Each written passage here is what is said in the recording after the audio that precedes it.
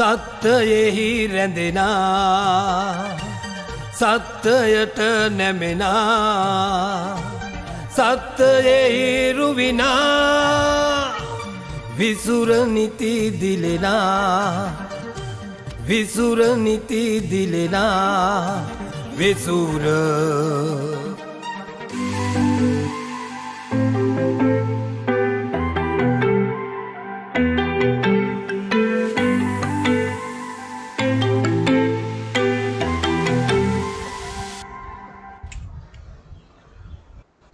අයිබෝන් සුබ දවසක් විශ්ව ප්‍රේක්ෂක ශ්‍රාවක හිතවතුනි අදත් අපි සුපුරුදු පරිදි O2 වැඩසටහන ආරම්භ කරන්නට සූදානම් වෙන්නේ.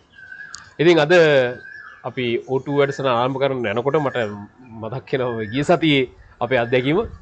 ඉතින් ඒ තමයි ගිය 9 වෙනිදා අපි උදෑසන අපි හිටියේ ගෝල්ෆිස් පිටියේ අරගල භූමියේ. ඉතින් මම හිතන්නේ ඒ අත්දැකීම අපි හොඳට විඳගත්තා ඒ මොහොතේ. ඉතින් නැවත අපි එදා කතා කළෙත් ඊට ඉස්සෙල්ලා අපි සතියේ කතා කළෙත් මේ ගෝටා ගෝ හෝම් කියන්නට අපිට පරිසරයේ පැත්තෙන් කාරණා තියෙනවද කියන එක. ඉතින් අද අපි කතා කරන්න බලාපොරොත්තු වෙනවා මහින්ද රනිල් ගෝටා විනාශ කළ පරිසරය යලි ගොඩ නගන්නට නම් කියලා අපි මොකද්ද කරන්න ඕනේ කියන කාරණේ තමයි අද සාකච්ඡා කරන්න බලාපොරොත්තු වෙන්නේ. ඉතින් අපි සුපුරුදු පරිදි අදත් ආරාධනා කළා පරිසරවේදී සජීව චාමිකර සහෝදරයාට අපේ මැදිරියට. ඉතින් ආයිබෝන් කියලා පිළිගන්නවා අපෝ. ආයිබෝන්. ඉතින් මම හිතන්නේ අපි සාකච්ඡා පටන් ගත යුතුයි අද දවසේ හිතවතුනි. මේක ටිකක් බරපතල කාරණයක්. මොකද මේ රටේ මේ වෙලාවේ සිද්ධ වෙගෙන යන කාරණා හැම අපි නිරන්තරයෙන්ම මතක් කරනවා. අපි ගොඩක් වෙලාවට කතා කරන්නේ දේශපාලනික සහ ආර්ථික කාරණා පදනම් කරගෙන පරිසර කාරණෙත් එක්තරා විදිහකට ආර්ථික කාරණයක් තමයි. නමුත් ඊට එහා කරුණු ගණනාවක් එකේ තියෙනවා. ඒ නිසා අපි වැඩියෙන් කවුරුත් අල්ලන්නේ නැති ආවරණය නොකරන පැත්තේ ඉඳගෙන අපි මේ කාරණා කතා කරන්නයි හිතන්නේ. ඉතින් මම මුලින්ම කැමති සජීව සහෝදරයා මේ ප්‍රශ්නෙට උත්තර ගණනාවක් දැන්ට යෝජනා වෙමින් තියෙනවා දැන්. ඒ ඔක්කොමත් බලපුවම අර මම ඉස්සෙල්ලා කිව්වා ආර්ථික සහ දේශපාලන කාරණා පදනම් කරගෙන තමයි ගොඩක් වෙලා දේශපාලන කාරණා පදනම් කරන්නේ. නමුත් මේ මොහොතේ අපි මොකද්ද යෝජනා කරන්නේ මේ පරිසර ප්‍රශ්නෙට විසඳුමක් ඇටියට? ඔව් මම හිතන්නේ මේක මොකද්ද යෝජනා කරන්න කිව්වම හරිම බරපතලයි අර පිවිසුම අරගන්න වලට කිව්වා වගේම. මොකද ඒකට හේතුව හරි බරපතලයි කියන්න හේතු ගණනාවක් තියෙනවා.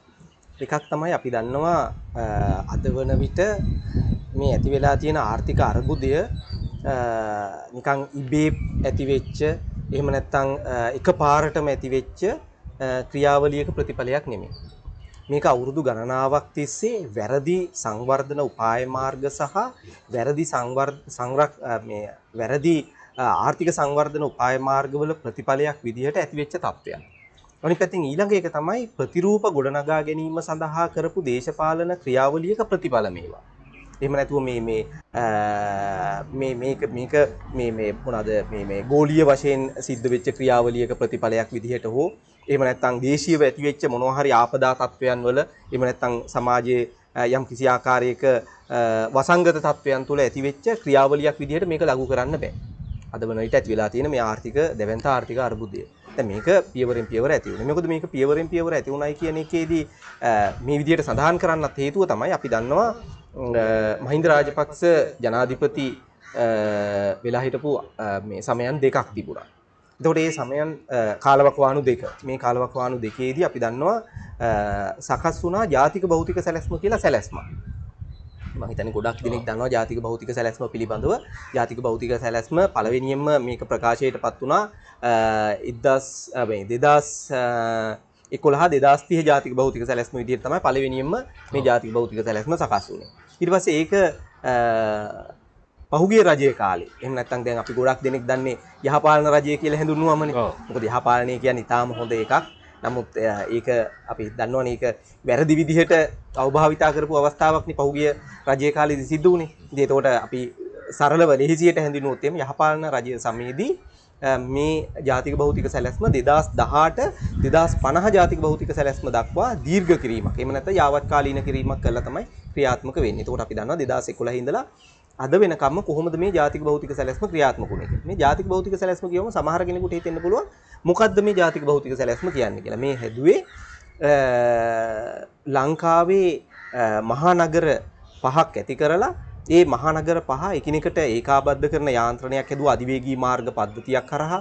ඒ වගේම ජාත්‍යන්තර අපි දන්නවා ගුවන් තොටුපළවල්, ඒ වගේම ජාත්‍යන්තර මේ තව අපි ගත්තොත් එහෙම හාබර් එහෙම නැත්නම් අපි මොනවද මේ හඳුන්වන මේ මොනවද මුහුදු මේ අපි මේ විශේෂයෙන්ම මේ නැව් ගමනාගමනයත් එක්ක සම්බන්ධ වෙච්ච මේ ක්‍රියාවලින් මේවා අත්පත් කර ගැනීම සඳහා සැලසුම සකස් කළේ. එතකොට මේ සැලසුම තුල තියෙනවා මහා පරිමාණයෙන්ම වාණිජ වගාවන් වලට කොයි ප්‍රදේශද අරගන්නේ. විශේෂයෙන්ම උතුරු ප්‍රදේශය, උතුරු මැද පළාත, උතුරු පළාත ඒ විතරක් නෙමෙයි අපි දන්නවා මොන්රාගල දිස්ත්‍රික්කය එහෙම නැත්නම් ඌව පළාතේ කොයි විදිහටද මහා පරිමාණයෙන්ම වාණිජ වගාවන් සඳහා ඉඩම් ලබා දෙන්නේ.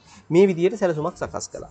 එතකොට මේ සැලසුම සකස් කළා ශීඝ්‍රයෙන් ක්‍රියාත්මක කළා. මොකද හේතුව තමයි ඒ කාලවකවානුව තුලදී මහින්ද රාජපක්ෂ ඉවකට ජනාධිපතිවරයාට අවශ්‍යතාවය තිබුණා යුද්ධෙන් පස්සේ මේ යුද්ධය ජයග්‍රහණය කරා. ඒ කියන්නේ මේ තිබ්බ දේශපාලනික ප්‍රශ්නය යුදමය වශයෙන් විදවට්ටලා ඒක පරාජය කළා කියලා සමාජයට අදහසක් ලබා දීලා ඊළඟ අදියර ඌට අවශ්‍ය වුණා මේ ආර්ථිකමය වශයෙන් වැඩි අපි ඒක සම්දුනොත් එන සංවර්ධනයෙන් රට මේ සංවර්ධනයත් මේ ලංකාවට අත්පත් කරලා දෙන්නේ. එතකොට මේ සංවර්ධනය යථාර්ථවාදී සංවර්ධනයක් කියන එක ඌට අමතක වුණා. ඌට ඕන උනේ ඌගේ දේශපාලන ප්‍රතිරූපය ගොඩනගා ගන්න. එහෙම නැත්නම් ඌගේ පෞල් දේශපාලනික ප්‍රතිරූපය ගොඩනගා ගැනීමේ අරමුණ පෙරදැරිව ඌ විසින් මේ ජාතික භෞතික සැලැස්ම ක්‍රියාත්මක කළා. ඒකෙදි පළවෙනි අධිරේදී කරපු දේ තමයි අපි දන්නවා බොහෝ දෙනෙක් දන්නවා හම්බන්තොට මහා නගරයේ ඉදිකිරීම කටයුතු මුලින්ම ආරම්භ කළා. එතකොට එතෙන්දී සැලකිල්ලට අරගත්තේ නැහැ ආර්ථික සංවර්ධන උපාය මාර්ග හෝ එහෙම නැත්නම් මේ පරිසරය කෙරෙහි එහෙම නැත්නම් මේ ජනතාවගේ ආර්ථිකමය වශයෙන් ගොඩනැගීම, සමාජීය වශයෙන් ගොඩනැගීම මේ කිසිම දෙයක් අවශ්‍යතාවයක් ඇති වුණේ නැහැ. ඌට ඕන උනේ භෞතික වශයෙන් ගොඩනගන්න. එතකොට අධිවේගී මාර්ග පද්ධතිය ඉදිකිරීම ඇතුළුව මේ සියල්ලම ආර්ථික සංවර්ධන උපාය මාර්ගයකින් තොරව හුදු භෞතිකව ගොඩනගන ක්‍රියාවලියක් තත්වයට විතරක් පරිවර්තනය කළා. මේකේ ප්‍රතිඵල විදිහට රටේ දෙවන්ත ණය ප්‍රමාණයක් අරගෙන මේ ව්‍යාපෘති ක්‍රියාත්මක කරන්න සැලසුම් කළා. ඒ ණය අරගන්නවත් එක්කම ඊට පස්සේ කොමිස් එක්ක තව ක්‍රියාවලියක් ඇති වුණා. ඒක ඊටාම හොඳට මේ ඒකේ රහ වැටෙනවත් එක්කම මේ ක්‍රියාවලීන අධිවේගී මාර්ගය ඇතුළු මේවා කොමිස් මුදල් වැඩි වශයෙන් අරගන්න පුළුවන් ක්‍රියාවලීන් වලට වැඩිපුර යොමු වීම සිද්ධ වුණා. මේවා සියල්ල මේ සියල්ලම ක්‍රියාත්මක කරනකොට අපේ රටේ ගොවියව අමතක වුණා. අපේ රටේ මේ දීවරයව අමතක වුණා. අපේ රටේ සුළු පරිමාණ ආහාර නිෂ්පාදකයා ඇතුළු ඒ ක්‍රියාවලියේ නිරත වෙලා ඉන්න සියලුම පුද්ගලයන්ව අමතක වුණා. ඊට අමතරව අපේ රටේ ජීවත් වෙන සුළු පරිමාණ සත්ව පාලනයේ නිරත වෙන ජනතාව අමතක වුණා. අමතක කරලා ඉවර වෙලා ඔහු ක්‍රියාත්මක කරපු මේ ජාතික භෞතික සැලැස්ම හරහා ක්‍රියාත්මක කරේ ජනතාවගේ වියුක්ත වෙච්ච සංවර්ධනයක් මේ භූමිය තුල ස්ථාපිත කරන්න හැදුවා. ඒකේ ප්‍රතිඵල විදිහට අපි දැක්කා දෙවන්ත බිඳවැටීම් ප්‍රමාණය. එතකොට මෙන්න මේ බිඳවැටීම් ප්‍රමාණය අපි රනිල් අගමැති වෙනකොට පහුගිය යහපාලන රජයේදී ඒ කියන්නේ මෛත්‍රීපාල සිරිසේන සහ රනිල් වික්‍රමසිංහ මහත්මයා ජනාධිපති සහ අගමැති වෙලා ඉන්න ඒ ආණ්ඩුව තුල යහපාලන ආණ්ඩුව තුල ඊට පස්සේ අද වන විට 2020න් ආරම්භ වෙච්ච ගෝඨාභය රාජපක්ෂ පාලන සමය තුල මේ ජාතික භෞතික සැලැස්ම අඛණ්ඩව යාවත්කාලීන කරමින් ක්‍රියාත්මක කළා. ඒකට ඒකේ ප්‍රතිඵල විදිහට අපිට දකින්න ලැබිච්ච තත්ත්වය තමයි මේ දීවර කර්මාන්තයත් එක්ක බැඳිලා තියෙන දීවර සම්පත් ටික සම්පූර්ණයෙන්ම බිඳවැටීමට ලක් වුණා. ඒතකොට ඒක හරහා දීවරයා දරිද්‍රතාවයේ දරුණු පැතිකඩට ඌට යොමු වෙන සිද්ධ වුණා. මම ඔතනට එන්න ඉස්සලා. ඔව් මම කැමතිද. දැන් ඔබ කතා කරන්නේ මහින්ද රාජපක්ෂ මහත්මයා ජනාධිපති වෙච්ච මොහොතේ සිට. ඒ කියන්නේ ඔබ ඊට ඉස්සලා අනිත් අයට අමතක කරනවද නැත්නම් ඒකට සමාවක් දීලා නැත්නම් ඒ කාලේ මොකද අවුලක් නැද්ද ඊට ඉස්සෙල්ලා කාලේ ඇත්තටම මේ දැන් යලි බුදුදම ශ්‍රී ලංකාව වගේ දේවල් ඔව් සහ ජයවර්ධන මහත්මයාගේ සංවර්ධන උපාය මාර්ගයන් ඒවා නෙමෙයිද මේ පිටිපස්සම මේ ඒවා එක අධියරක් තුලදී ඒ කියන්නේ පියවරින් පියවර ආපු ක්‍රියාවලියක් තිබුණා. හරි ඒක අමතක කරලා ඉවර වෙලා මේක මේ අර්බුදය මේ තියෙන මේ අවස්ථා කීපයකට ලඝු කරන්න හදනව නෙමෙයි. නමුත් ඒ ක්‍රියාවලිය තාම ශීඝ්‍ර ක්‍රියාවලියක් තත්වයට පරිවර්තනය වුණා ජාතික භෞතික සැලැස්මත් එක්ක. අන්න එතනයි තිබ්බ තත්වයේ තිබ්බේ. දැන් අපි උදාහරණයක් හැටියට ගත්තොත් මේ වගේ අපේ රටේ බිඳවැටීම් ඇති වෙච්ච, ඒ කියන්නේ නිදහසෙන් පස්සේ බිඳවැටීම් ඇති වෙච්ච අධියරයන් මේ වගේ දෙකක් තියෙනවා. එක අධියරක් තමයි අපි දන්නවා 77. ඒ කියන්නේ මහවැලි ව්‍යාපෘතියත් එක්ක ඇති වෙච්ච ක්‍රියාවලිය හරහා මේ පාරිසරික සහ මේ තත්වයන් දැවැන්ත බිඳවැටීමකට ලක් වෙච්ච එක අධියරක්. ඊට පස්සේ මේ ජාතික භෞතික සැලසුම ගෙනල්ලා ඒ අධියර ඒ ක්‍රියාවලිය තව දුරටත් වර්ධනය කළා. ඒක අපිට පාරිසරික සම්පත් එක්ක බැලුවහම ඒක පේන්න ලැබෙන, ඒ කියන්නේ අපිට බැලු බැලමට පේන්න ලැබෙන තියෙන තත්වය තමයි අපේ වැව් ටික විනාශ වෙන්න පටන් ගත්තා. අපේ වෙරළබඩ තියෙන කඩොලාන පද්ධති, ඒ වගේම තෙත්බිම් පද්ධති ටික වේගයෙන් විනාශ වෙන්න පටන් ගත්තා. වනාන්තර ඇතුළුව මේවා විනාශ වෙනවා මේ ප්‍රතිඵල විදිහට ජල පෝෂක අහිමි වෙලා වැව් වලට මේ ජලාශ වලට වැඩි ජලාර්බුද එන්න පටන් ගත්තා. ඒ හින්දා යල මහ දෙකන්නේ වගා කරගන්න බැරි වෙන්න තත්වයට පරිවර්තනය වුණා. ඒතකොට සමහර ප්‍රදේශවල බෙත් මෙට වගා කරන තත්වයට පරිවර්තනය වුණා. සමහර කලාපවල මහ කන්නේට විතරයි වගා කරන්නේ, යල කන්නේට අතහැරලා දාන තත්වයට පරිවර්තනය වුණා. දැන් මෙන්න මේ විදිහට මේ පරිවර්තනය වීමේ ක්‍රියාවලිය ආරම්භ වුණා. දැන් මහවැලිය ක්‍රියාත්මක වුණා තමයි. නමුත් මහවැලිය ක්‍රියාත්මක කරාට මහවැලියෙන් හදපු ජලාශවල පුරවන්න වතුර නැහැ. වතුර නැති වෙන්නේ හේතුව තමයි ඒවැ ජල පෝෂක ටික අහිමි කරලා දැම්මා. අපිට අමතක වුණා මේ ජලාශය කියන්නේ අපේ වාරි සංස්කෘතියත් එක්ක බැඳිලා තියෙන ප්‍රධාන පද්ධතියක් තමයි වනාන්තර සහ තෙත්බිම් කියලා කියන්නේ. අපි ඒව අමතක කරලා දැම්මා. ඒව අමතක කරලා දාලා තමයි අපි උත්සාහ දෙන්නේ අපේ කෘෂිකර්මාන්තය අපි ගොඩනගන්නේ. නමුත් අපිට ඒක බැරි වෙනකොට ඊළඟට අපි සැලසුම් හැදුවා වැව් සහ ජලාශ වෙනත් ආර්ථික උපාය මාර්ග වලට යොමු කරන්න. එතකොට ඒවා සංචාරක ව්‍යාපෘති වලට යොදවන්න ගැනීම ක්‍රියාවලියකට පරිවර්තනය වුණා. එතකොට ඊළඟට ඇති වෙච්ච තත්ත්වය තමයි සංචාරක ක්‍රියාවලිය සහ කෘෂිකර්මාන්තයත් එක්ක දැවැන්ත මේ ඝට්ටණයකට එන්න පටන් ගත්තා. එතකොට ගොවියත් ඇතුළුව මේ සුළු පරිමාණ නිෂ්පාදකයා තව ඝට්ටණයකට ඇති කරපු අවස්ථාවක්. ඔබ මම මේ ආය ප්‍රශ්නයක් අතරමැද පණින්න වෙනවා. දැන් ලෝකයේ යන ගමනක් තියෙනවනේ. දැන් ඒකෙන් වියුක්ත වෙලා අපිට වෙන ගමනක් යන්න බෑනේ. දැන් ඔබ ඔය කතා කරන්නේ අපේ සාම්ප්‍රදායික ගොවිතැන ගැන එහෙමනේ කතා කරන්නේ. නමුත් ලෝකෙ එහෙම නෙමෙයි. දැන් ඊට වඩා තැනකට ගිහිල්ලා. ඉතින් අපිට එහෙම නැතුව නැවත අපේම ඇතුලේ අපේම රට ඇතුලේ කොටු වෙලා අපේම දේවල් විතරක් කරගෙන ඉන්න කියලාද ඔබ යෝජනා කරන්නේ? ඔව් මෙහෙමයි. එතෙන්දි පැතිකඩ කීපයක් තියෙනවා අපිට මේ සාකච්ඡාවට ලක් කරන්න ඕන කරලා. දැන් අපි උදාහරණයක් හැටියට ගත්තොත් එimhe අපේ ආහාර නිෂ්පාදන ක්‍රියාවලිය බොහෝ වෙලාවට ඒ කියන්නේ අපි රට ඇතුලේ විතරක් නිෂ්පාදනය කරන්න බෑ. සමහර දේවල් අපිට ආනයනය කරගන්න වෙනවා. ඒ වගේ තත්ත්වයන් තියෙනවා. නමුත් අපි ගිය ගමන් මඟ මීට හාත්පසින්ම වෙනස්. ලෝකයේ කියන්නේ බොහෝ දියුණු රටවල් ගිය ගමන් මඟට වැඩිය බොහෝ වෙනස්. මොකද හේතුව තමයි ඒ රටවල් තාක්ෂණය සහ ඒ කියන්නේ විද්‍යාත්මක දැනුම, ඒ වගේම තාක්ෂණික දැනුම මේ සියලුම දේවල් පාවිච්චි කරේ තමන්ගේ ජනතාවගේ සුරක්ෂිතතාවය ඇති කරන්න. අපි මේ තත්ත්වයන් පාවිච්චි කළේ හැම වෙලාවෙම අපින් පරිබාහිර වෙච්ච ක්‍රියාවලියක් සඳහා. ඒකයි තියෙන ගැටලුව වෙලා තියෙන්නේ. දැන් උදාහරණයක් හැටියට දැන් අපි වාරි ශිෂ්ටාචාරය, කියන්නේ දියුණුම වාරි ශිෂ්ටාචාරයක් තිබ්බ අපි ජලාශ නිර්මාණය කරනවා සම්පූර්ණයෙන්ම අර වාරි ශිෂ්ටාචාරයේ තිබ්බ තාක්ෂණය සහ සම්පූර්ණ ඒ සංකල්පමීය ප්‍රවේශ සියල්ලම අමතක කරලා දාලි වෙලා අපි ජලාශ හදනවා බහුකාර්ය ජලාශ. නමුත් බහුකාර්ය හදපු ජලාශ හරි විදිහට ක්‍රියාත්මක කරලා අපි බලාපොරොත්තු වෙච්ච විදුලිය නිෂ්පාදනය කරන්නත් බැරි වුණා. අපි බලාපොරොත්තු වෙච්ච ආහාර නිෂ්පාදනය කරන්නත් බැරි වුණා. අපි මේ ජලාශ හදනකොට සැලසුම් කරපු දේ තමයි ඉන්දියාවට විදුලිය දෙන්න. ඒ කියන්නේ අපනයනය කරන්න හාල් අතිරික්තයක් අපි අපනයනය කරන්න එහෙම සැලසුමක් හැදුවේ. හරි. දැන් ඊට පස්සේ දැන් අපි දන්නවා පහුගිය කාලේ පුරාම අපිට ඒවා කරගන්න පුළුවන් වුණා. එතකොට අවුරුදු ගාණක් තිස්සේ ඒවා ක්‍රියාත්මක කරපු අපි අර තාක්ෂණය නිවැරදි පරිදි භාවිතා නොකිරීමේ ප්‍රතිඵල, විද්‍යාත්මක දැනුම හරි විදියට භාවිතා නොකිරීමේ ප්‍රතිඵල, නිවැරදි ආර්ථික සංවර්ධන උපාය මාර්ග මත මේවා ක්‍රියාත්මක නොකිරීමේ ප්‍රතිඵල විදියට තමයි අර තත්වයන් උද්ගත වුනේ. ඉතින් ඒ හින්දා මොකද උනේ? අර හදපු බහුකාර්ය ජලාශ හදන්න අපි ජල විදුලිය නිෂ්පාදනය කරන්න දැවැන්ත ණය මුදල් ප්‍රමාණයක් අරගත්තා. ඒවට අපි මේ පොලිය වශයෙන් මේ ණය ගෙවමින් පොලියක් ගෙවන්න උනා. හරි. හැබැයි මේ බලාපොරොත්තු වෙච්ච ප්‍රතිලාභ ලබා ගන්න බැරි වුණා. එතකොට මොකද වෙන්නේ? ඒන ගැප් එක එහෙම නැත්නම් ඒන හිඩස පුරවන්න අපිට තව ණය අරගන්න උනා. එතකොට ඒ ණය අරගෙන අපි ආපහු කරේ අර තිබ්බ දේවල් හානිපූර්ණය කරන ක්‍රියාවලිය. එතකොට අපිට මොකද වුනේ? ඒවෙන් ආපහු අපිට ආර්ථික වශයෙන් සංවර්ධනය වෙන්න බැරි වුණා. එතකොට මොකද වෙන්නේ? හැම වෙලාවෙම දිගින් දිගටම විශාල ණය ප්‍රමාණයක් එකතු වෙමින් ඇවිල්ලා ඉවර වෙලා ඊට පස්සේ තව ආදියරක් එනවා. මේ ණය කියන ක්‍රියාවලිය ඊටාම රහ තත්වයටපත් වෙනවා. රහ කියලා කියන්නේ ඒකත් එක්ක බැඳෙනවා කොමිස් මුදල් කියන එක. ඒක බැඳුනට පස්සේ මේ ක්‍රියාවලිය තවත් උදු යටිකුරු වෙනවා.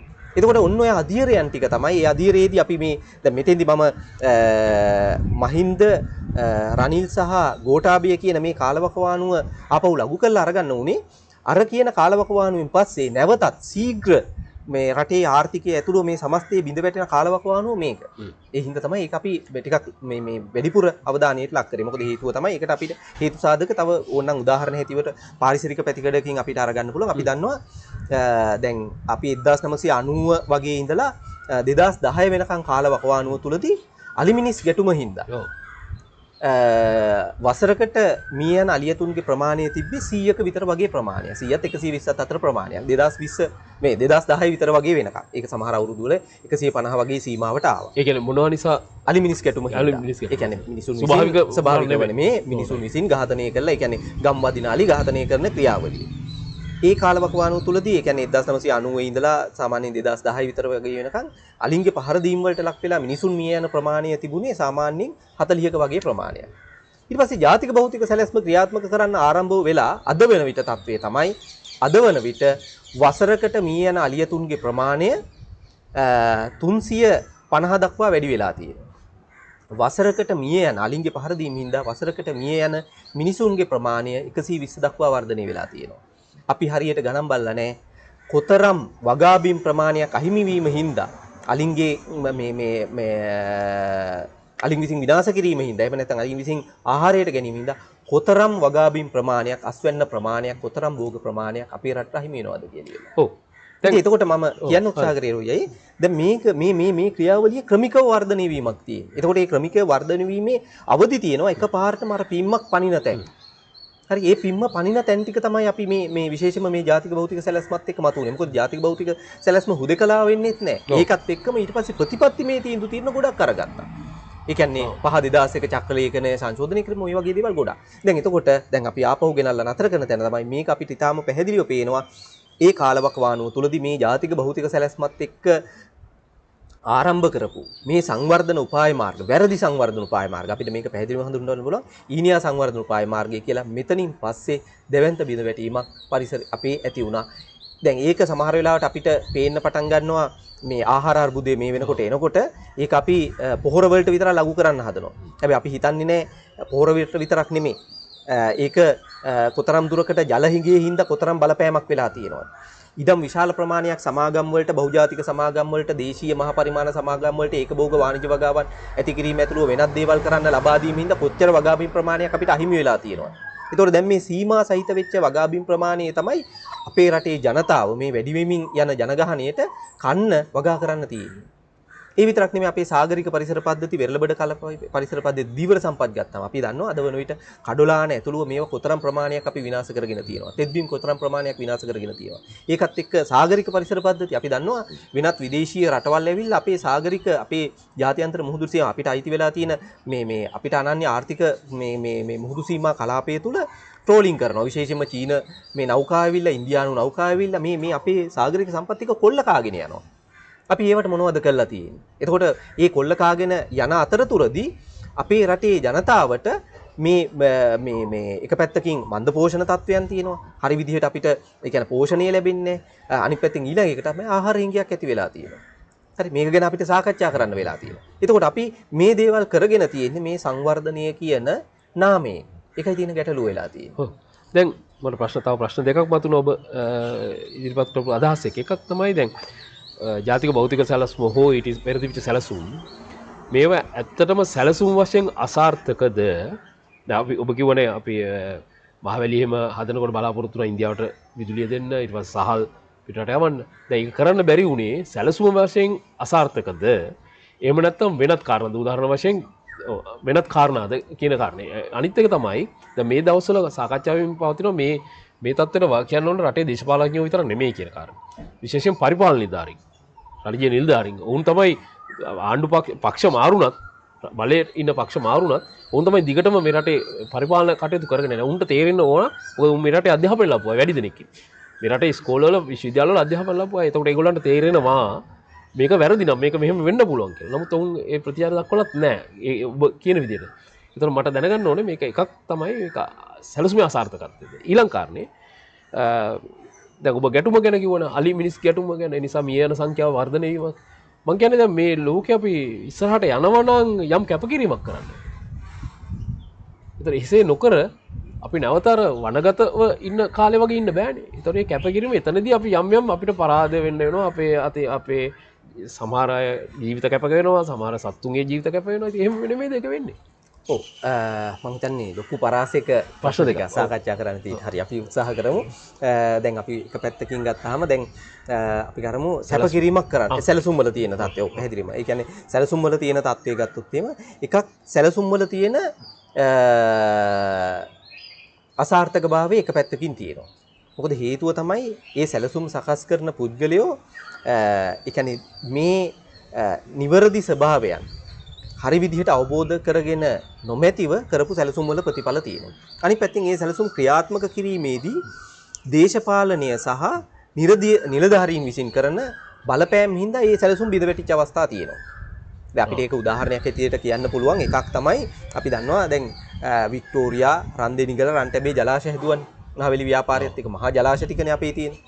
එතකොට මේ හදපු ජලාශයෙන් පස්සේ ඒවේ ජල පෝෂක සුරක්ෂිත කරන්න වෙනම සැලසුමක් හැදුවා ටෑම් කියලා වාර්තාවක් කරා. ඒකෙදී තිබ්බේ මේ ජල පෝෂක සුරක්ෂිත කිරීම සඳහා කොහොමද සැලසුම සකස් කරන්නේ. ඒකට වික්ටෝරියා රන්දෙනිගල රන්ටැබේ අබේ භූමිය ප්‍රකාශයට පත් කරන්න සැලසුමක් සකස් කළා. එතකොට මේ ජලාශයත් එක්ක තියෙන ලංකාවේ ලොකුම අබේ භූමිය විදිහට තමයි වික්ටෝරියා රන්දෙනිගල රන්ටැබේ අබේ භූමිය මේ සැලසුම් කළේ. එතකොට මේ ප්‍රදේශවල ඉන්න වගාබිම් කරපු ජනතාවට වෙන විකල්ප ඉඩම් ලබා දීලා ඒ ප්‍රදේශවල ජල පෝෂක සුරක්ෂිත කිරීම සඳහා පාංශු කාදනය අවම කිරීම සඳහා මේ ජලාශ ටික මේ රොම්බදින් පිරියාම වැළැක්වීම සඳහා ජල පෝෂක සුරක්ෂිත කිරීම මේ සියලුම දේවල් සඳහා තමයි වික්ටෝරියා රන්දෙනිගල රන්ටැබේ අබේ භූමිය ප්‍රකාශයට පත් කළේ. නමුත් අද වන විට ගිහිල්ලා බැලුවම් පේනවා ඒ අබේ භූමිය සම්පූර්ණයෙන්ම වගාබිම් වලින් පිරිච්ච සංවර්ධන ඒ කියන්නේ නිවාස ඉදිවෙච්ච මේ වගේ කලාපයක් බවට පරිවර්තනය වෙලා තියෙනවා. එතකොට තියෙනවා සැලසුම හොඳයි ක්‍රියාත්මක කිරීමේ යාන්ත්‍රණේ දෙවන්ත බිඳ වැටීමක් තියෙනවා. එතකොට මේ බිඳ වැටීම අපිට පේන්නේ අන්තිමට දැන් මේ ජලාශ ටික ගත්තාම අපි දන්නවා වික්ටෝරියා රන්දෙනිගල රන්ටැබේ මේ ජලාශ වලින් රන්ටැබේ ජලාශය මුළු මේ ජලාශයේ ධාරිතාවෙන් 65ක් සම්පූර්ණයෙන්ම රොම්බඩින් පිරලා තියෙනවා. ඊට පස්සේ රන්දෙනිගල ජලාශය ගත්තාම 35ක් පමණ. ඊට පස්සේ වික්ටෝරියා ජලාශය ගත්තාම 40කට ආසන්න ප්‍රමාණයක් රොම්බඩින් පිරලා ගිහිල්ලා තියෙනවා. එතකොට එහෙම තත්වයක් තුල කොහොමද ඒ ජලාශ වලින් මහවැලි ව්‍යාපෘතිය ක්‍රියාත්මක කළා කොහොමද මේ ඉන්දියාවට විදුලි බලය දෙන්නේ කොහොමද අපි ඉන්දියාවට හෝ එහෙම නැත්නම් අපනයනය කරන්න හාල් නිෂ්පාදනය කරන්නේ මෙතන තමයි ගැටලුව තියෙන්නේ. ඒකෝර අපි මේ සැලසුම් වල තියෙන අසාර්ථකත්වය එක පැත්තකින් තියෙනවා සැලසුම් ක්‍රියාත්මක කිරීමේ අසාර්ථකත්වය අනිත් පැත්තෙන් තියෙනවා.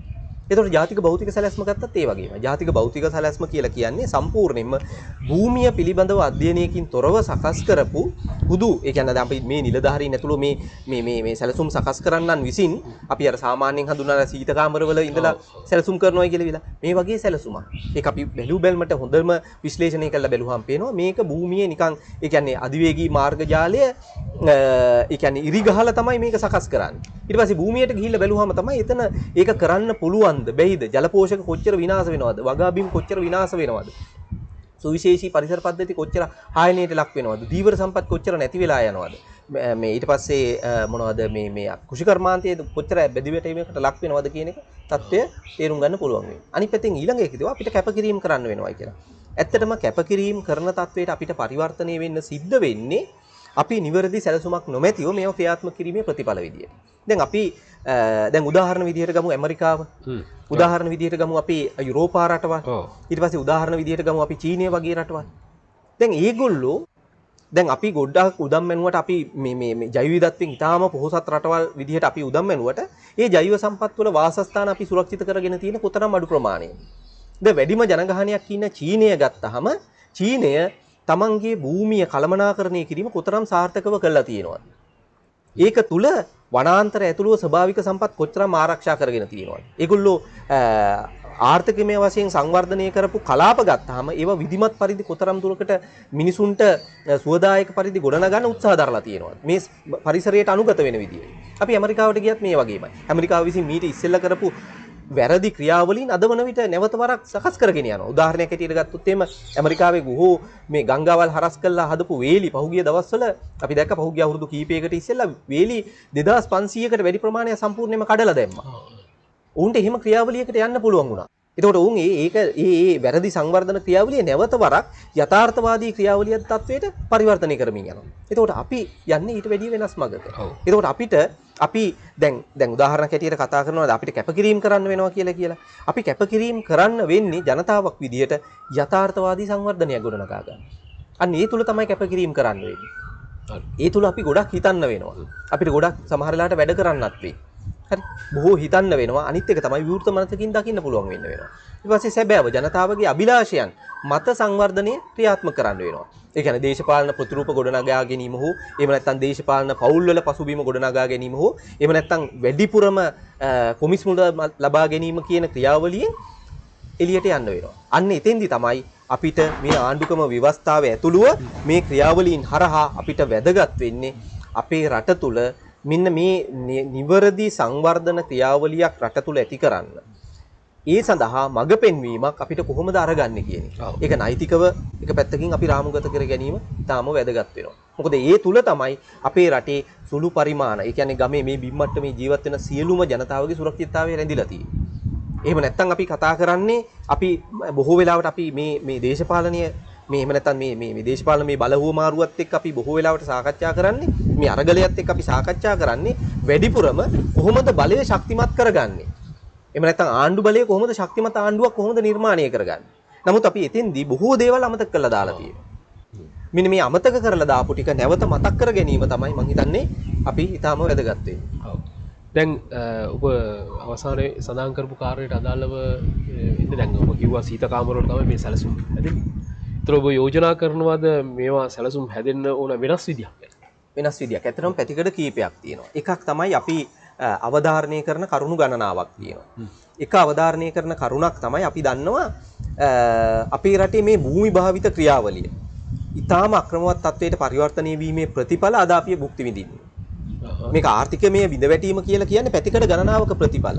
අපි වැරදි භූමි භාවිත රටාව, වැරදි ස්වභාවික සම්පත් කළමනාකරන ක්‍රියාවලිය මේවා ප්‍රතිඵල තමයි අපි අද වන විට භුක්ති විඳින්මින් මේ සියලුම දේවල් සිදු වෙමින් පවතින. ඒ හින්දා අපි විශේෂයෙන්ම අපි අවධානය ලක් කරනවා. අපි දන්නවා 1987 13 වන ආණ්ඩුක්‍රම ව්‍යවස්ථා සංශෝධනය. එතකොට මේ 13 වෙනි ආණ්ඩුක්‍රම ව්‍යවස්ථා සංශෝධනයේ සඳහන් වෙනවා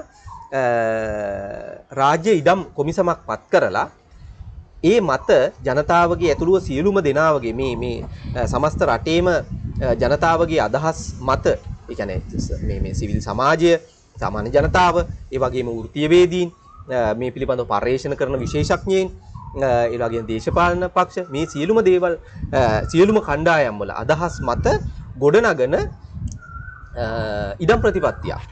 ඒ මත තමයි අපේ ඉඩම් භාවිත රටාව සිද්ධ වෙන්න ඕන. නමුත් අපි දන්නවා 1987 සිට, ඒ කියන්නේ 13 වෙනි ව්‍යවස්ථා සංශෝධනයෙන් පස්සේ දැන් 20 වෙනි ව්‍යවස්ථා සංශෝධනයේ ඉන්නේ අපි 21.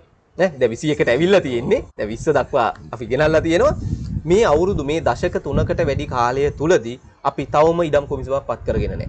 එතකොට අපිට බලයටපත් වෙන මහින්ද රාජපක්ෂ බලයටපත් වෙනකොට එයාට ඕන විදිහට තමයි ඉඩම් භාවිත රටාව අපේ රට තුල ක්‍රියාත්මක වෙන්නේ. එතකොට රනිල් වික්‍රමසිංහ හෝ එහෙම නැත්නම් මෛත්‍රීපාල සිරිසේන ඒ කියන්නේ ඒකාබද්ධව මේ පාලනය වෙන සමය තුලදී ඔවුන්ට ඕන විදිහට තමයි මේ ඉඩම් භාවිත ක්‍රියාවලිය සිද්ධ වෙන්නේ. ඒ ඉඩම් බදු දෙනවද? එහෙම නැත්නම් වැඩිපුර සමාගම් වලට දෙනවද? වැඩිපුර විශේෂයෙන්ම අපෙන් පරිබාහිර වෙත්ත විදේශී ආයෝජන කියලා මේ විදේශීය රටවල් වලට දෙනවද? සාමාන්‍ය ඉඩම් විතරක් නෙමෙයි වනාන්තර ඉඩම් ලබා දෙන්නේ කොහොමද? මේ සියලුම දේවල් සැලසුම් සකස් කරන්නේ ඔවුන්ට දැනෙන විදිහට. ඊට පස්සේ අපි දන්නවා ගෝඨාභය රාජපක්ෂ මේ ජනාධිපති වුණාට පස්සේ ඔහුට දැනෙන විදිහට තමයි ඉඩම් භාවිත ක්‍රියාවලිය සිද්ධ කරන්නේ. ඔහු ඇවිල්ලා ඊටාම කෙටි කාලයක් තුල මොකද කරන්නේ? 5/2001 කියන චක්‍රලේඛය සම්පූර්ණයෙන්ම ඉවත් කරලා 1/2020 කියලා චක්‍රලේඛයක් ගෙනල්ලා වනාන්තර මේ රක්ෂිත නොවන වනාන්තර ටික සියල්ලම සංවර්ධන කටයුතු සඳහා භාවිතා කරන්න පුළුවන් විදිහට සැලසුමක් සකස් කරනවා. ඒක හරිනේ. එතුමා කිව්වනේ යාගේ කටවචනේ තමයි චක්‍රලේඛ කියලා ඉවරලා. එහෙම තමයි මේ ක්‍රියාත්මක වෙන තත්ත්වයට පරිවර්තනය වුනේ. එතකොට මෙහිම ක්‍රියාවලියක් තුළ අපිට යථාර්ථවාදී සංවර්ධනයක් ගේන්න පුළුවන්. ඒතකොට පළවෙනිම දේ තමයි අපේ රට තුළ ඉඩම් භාවිත ක්‍රියාවලියක් ඇදෙන්න ඕනේ. ඉඩම් ප්‍රතිපත්තියක් සකස් වෙන්න ඕනේ. ඒ මත සැලසුම සකස් වෙන්න ඕනේ. ඒ මත තමයි අපේ සංවර්ධන උපාය මාර්ග, ඒ වගේම අපි සංරක්ෂණ උපාය මාර්ග එකිනෙකට බද්ධ කරන්න අවශ්‍ය වෙන්නේ. අනිත් පැත්තෙන් ඊළඟ එක තමයි අපි විශේෂයෙන් අවධානයට ලක් කරන්න ඕන කරන අනිත් පැත්තකට තමයි මේ ආණ්ඩුක්‍රම ව්‍යවස්ථාව තුළ අපි පාරිසරික අයිතිය කියන එක සහ ජීවත් වීමට තියෙන අයිතිය කියන එක. මේ දෙකම අපේ ආණ්ඩුක්‍රම ව්‍යවස්ථාව තුළ නැහැ. මොකද ජීවත් වීමට පාරිසරික අයිතිය කියලා කිව්ව පාරිසරික right to environment කියන එක. ඒ කියන්නේ පාරිසරික අයිතිය කියලා කියන්නේ මේ ස්වභාවික සම්පත් වලට තියෙන අයිතිය. මේ පොදු ස්වභාවික සම්පත්. ඒ කියන්නේ ස්වභාවික සම්පත් වලට තියෙන අයිතිය කියන්නේ මිනිසාට ස්වභාවික සම්පත් සම්බන්ධ තියෙන අයිතියද නැත්නම් ස්වභාව ධර්මයට අයිතියක් තියෙනවා උන්ට රැකෙන්න කියන එකද? පැතිකඩ දෙකක් තියෙනවා. එකක් තමයි මේ ස්වභාවික සම්පත් වලට ඒ ස්වභාවික සම්පත් ලෙස පැවතීමේ අයිතියක් තියෙනවා. අනිත් පැත්තේ බරපතල කාරණයක්. ඒක මම හිතන්නේ මීට අවුරුදු 2-3කට ඉස්සෙල්ලා ජාත්‍යන්තර මේ නඩු තීන්දුව ගණනාවක් කරහා ඇති වෙච්ච තත්ත්වයක්. එතකොට ඒ ස්වභාවික සම්පත් වලට ඒව විදිහට පැවතින්න තියෙන අයිතිය. එතකොට ඒවා පවතිනවා කියලා කියන්නේ ඒවැ පැවතීම ඒවත් එක්ක බැඳිලා තියෙන සියලු ජෛව ප්‍රජාවටම ඒ අයිතිය හිමි වෙනවා. හරි. එතකොට ඒක මිනිසාට විතරක් නෙමෙයි. එතකොට මේ අපේ මේ වටේ ඉන්න මේ ගස්වැල් මේ හැම එකටම ඒ ආකාරයෙන් ඒ පවතින්න තියෙන අයිතිය සුරක්ෂිත වෙනවා. එතකොට මේ සුරක්ෂිතභාවය අවශ්‍යයි. දැන් අපිට තියෙන්නේ අපිට උවමනා වුණාම ගංගාවක් හරවන්න අපිට හිතුන හැටියෙම අපි ගංගාව හරවනවා. ඒ ගඟේ ඉන්න සියලුම ජෛව ප්‍රජාවට ඒ ගඟත් එක්ක වසර මිලියන ගාණක් තිස්සේ තියෙන බැඳීම අපිට අදාළ නැහැ. එතකොට අපි මේ පාරිසරික අයිතිය කියන එක සුරක්ෂිත වෙච්ච සමාජයක විතරයි පුළුල් දෘෂ්ටි කෝණයකින් අපි සියල්ලම දේශ බලන්නේ. ඊළඟට ජීවත් වීමට තියෙන අයිතිය. මොකද ජීවත් වීමට තියෙන අයිතියත් එක්ක විශාල පරාසයක බැඳීමක් තියෙනවා. එතකොට මේ අයිතීන් ආණ්ඩුක්‍රම ව්‍යවස්ථාවට අවශ්‍යයි. මොකද එහෙම පොහොසත් වෙච්ච ආණ්ඩුක්‍රම ව්‍යවස්ථාවක් තුල තමයි අපිට මේ සමාජය ගැන දකින, එහෙම නැත්නම් සමාජය ගැන බලන මේ ආණ්ඩුක්‍රම ව්‍යවස්ථාවක් එහෙම නැත්නම් ආණ්ඩුවක් ගොඩනගන්න පුළුවන් වෙන්නේ. ආණ්ඩුක්‍රම ව්‍යවස්ථාවක් විතරක් නෙමෙයි. ඒක මත ගොඩනැගෙන ක්‍රියාවලිය. මොකද අද වන විට අපි දන්නවා ආණ්ඩුක්‍රම ව්‍යවස්ථාව ගොඩනැගෙන්නේ ජනාධිපති, ඒ වගේම කැබිනට් මණ්ඩලය, ඒ වගේම ආණ්ඩු පක්ෂයේ බලය සුරක්ෂිත කර ගැනීම උදෙසා තමයි මේ ආණ්ඩුක්‍රම ව්‍යවස්ථාවන් මෙතෙක් ගොඩනැගිලා තියෙන්නේ. අවස්ථා කීපයකදී පොඩි සංශෝධන ඇවිල්ලා ඔය 19 වගේ සංශෝධන වගේ දේවල් වල 13 වෙනි ව්‍යවස්ථා සංශෝධනයේ වගේ දේවල් වල ටිකක් බලය බෙදීම ඇතුළුව ඒ ටිකක් පුළුල් පරාසයක දකින්න පියවරයන් කීපයක් තියලා තියෙනවා. නමුත් අපි දන්නවා වැඩිපුරම අවස්ථාවලදී හැම වෙලාවෙම උත්සාහ දරන්නේ මේ බලය රැක ගැනීම සඳහා. එතකොට එතනින් ඔබට අපි මේ 21 වෙනි ආණ්ඩුක්‍රම ව්‍යවස්ථාව ගෙන යා යුතුයි. මොකද මේ ජනතාව ගැන, මේ පරිසරය ගැන, සබාදහම ගැන, ඒවට තියෙන අයිතිය ගැන. ඔබ කියන්නේ 21 වෙනි සංශෝධනයෙන් නැත්නම් අලුත් ව්‍යවස්ථාවක් ගැනද ඔබ කියන්නේ? ඔව්. මේක මම හිතන්නේ සමාජය විසින් තීන්දුව කරන්න ඕන එකක්. අලුත් මේකක් ගේන්න පුළුවන් නම් මම හිතන්නේ ඊටාම හොඳ ඒක. මොකද හේතුව තමයි මේ වෙන විට අවස්ථා ගණනාවකදී මේ 21 වතාවක් මේ 20 වතාවක් සංශෝධනය වෙනවයි කියලා කියන ආණ්ඩුක්‍රම ව්‍යවස්ථාවේ ඊතරම් සංකීර්ණ භාවයක් මම හිතන්නේ ඒක ආපහු මේ කියන්නේ මේ කියන්නේ ඒක ලියා ගන්න හෝ එහෙම නැත්නම් ඒක භාවිතා කරන්න බැරි තත්වයට දැන් අද වෙන විට පරිවර්තනය වෙලා තියෙන්නේ. ඒක ඇත්තටම අර මේ භාවිතාවෙන් තොර න්‍යාය මේ වඳයි වගේ ඇත්තටම අපේ තියෙන ආණ්ඩුක්‍රම ව්‍යවස්ථාවත් වඳ ආණ්ඩුක්‍රම ව්‍යවස්ථාවක්. ඒ හින්දා තමයි මේ සමාජයේ මේ තත්ත්වය ඇති වෙලා තියෙන්නේ. හරි මේ දේශපාලන බිඳවැටීම ඇතුළු මේ සියල්ලම ඇති වෙලා තියෙනවා. ඉතින් මෙන්න මේ තත්ත්වේ निराකරණය කරන්න එක පැත්තකින් අපි 21 කියන එක අලුත් එකක් වෙන්නත් පුළුවන්. ඔව්. right. මම හිතන්නේ ඒ සඳහා තමයි අපි වැඩිපුර උත්සාහ දරන්න ඕනේ. නමුත් ඒ තුල මේවා සුරක්ෂිත වෙන්න ඕනේ.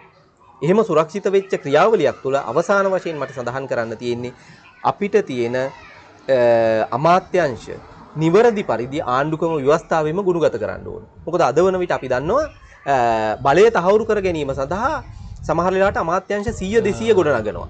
මම මේ ලොකු වගයක් කිව්වට ඒ ආසන්න ප්‍රමාණයක් සමහර වෙලාවට අමාත්‍යංශ ගොඩනගෙනවා. දැන් පහුගිය දවස්වල අපි දැක්කා මේ විදුලි වැටවල් ඉදි කිරීම, අගල් කැපීමත් අමාත්‍යංශයක් විදියට ගොනු වෙලා තියෙනවා. ඇත්තට මේක අපි විහිළු සපයන මේ රාජ්‍යයක් බවට, රටක් බවට අපි පරිවර්තනය වෙලා තියෙනවා. එහෙමනම් අපි අපේ අමාත්‍යංශ ටික විෂයන් එක්ක ආණ්ඩුක්‍රම ව්‍යවස්ථාවට ඇතුළත් කර යුතුයි.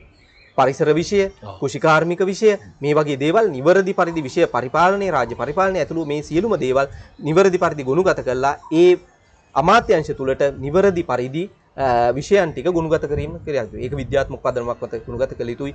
ඒ ක්‍රියාවලිය මම හිතන්නේ අපි දකිනවා ඒ ක්‍රියාවලිය තුල තමයි මේ දැවැන්ත බිඳවැටීම පාලනය කරගන්න පුළුවන් වෙන්නේ. මේක ආර්ථිකමය වශයෙන් ශක්තිමත් කිරීම සඳහා පමණක්, එහෙම නැත්නම් මේ දේශපාලන බලය තහවුරු කර ගැනීම සඳහා පමණක් නැවත වරක් අපි ආණ්ඩුක්‍රම ව්‍යවස්ථාව අලුත් එකක් ගෙනාවොත් හරි, එහෙම නැත්නම් තියෙන එක 21කින් මේ සංශෝධනය කළොත් හරි නැවත බිඳවැටීමක් ආරම්භ වීම පමණයි සිද්ධ වෙන්නේ. ඒ හින්දා ඊළඟ ආණ්ඩුක්‍රම ව්‍යවස්ථාව හෝ ආණ්ඩුක්‍රම ව්‍යවස්ථා සංශෝධනය මේ සියල්ලම ආවරණය වෙන පුළුල් දෘෂ්ටි කෝණයකින් පුළුල් සමාජ කතිකාවතකින් එන ආණ්ඩුක්‍රම ව්‍යවස්ථාවක් තත්වයට පරිවර්තනය කළ යුතුයි. එහෙම නැති වුණොත් එහෙම නැවත වරක් සිද්ධ වෙන්නේ මිනිසුන්ගෙන් වියුක්ත වෙච්ච ආණ්ඩුක ව්‍යවස්ථාවක් ගොඩ නැගිලා මේ බිඳවැටීම තව අවුරුදු කීපයකින් නැවත වරක් ආරම්භ වෙන්න පුළුවන් වෙනත් මුහුණුවරක.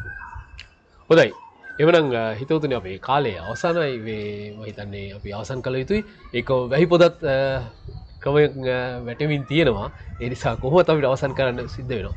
ඔව් එවනම් මේ මම හිතන්නේ සජීව එක්ක අපි කතා කළේ මේ පරිසර කරපු විනාශයට මොකද්ද තියෙන විසඳුම් කියලා. ඉතින් ඒ විසඳුම් හැටියට යෝජනා කීපයක් සඳහන් කළා. එකක් ව්‍යවස්ථාව වෙනස් කරන එක, සැලසුම් ජනතාවගේ සහභාගීත්වයෙන් හැදෙන එක, ඒ තරම් නෙමෙයි රටේ ඉන්න පරිපාලන නිලධාරීන්ගේ හිතන විදිය වෙනස් කරන සහ ජනතාව හැටියට මේ වෙනස්කම් හිතන විදිය වෙනස් කරගන්න ඕනේ කියන එක තමයි කියවෙන්නේ. මම තියාගන්න ඕක වැදගත් කාරණයක් තියෙනවා. සබහා ධර්මයට අයිතියක් තියෙනවා ඒ ඔහුගේ පැවැත්ම තහවුරු කරගන්න. ඒ නිසා ඒ ගැනත් අපි කල්පනාවෙන් තියාගනිමින් අපි අද දවසේ O2 වැඩසටහන අවසන් කරනවා. ලබන සතියේත් ඔබ හමු වීම බලාපොරොත්තු වෙන මෙවැනිම වැඩසටහනකින් සජීව චාමිකර සහෝදරයා සමග. ඉතින් ඔබට ගොඩක් ස්තුතියි අද දවසේ අපිත් එක්ක එකතු වුණාට. ඔබට ආයිබෝන්. එවනම් හිතවතුනි අපි ඔබෙන් සමු ගන්නවා නැවත ලබන සතියේ ඔබ හමු වීම බලාපොරොත්තු. ඔබට සුබ දවසක්.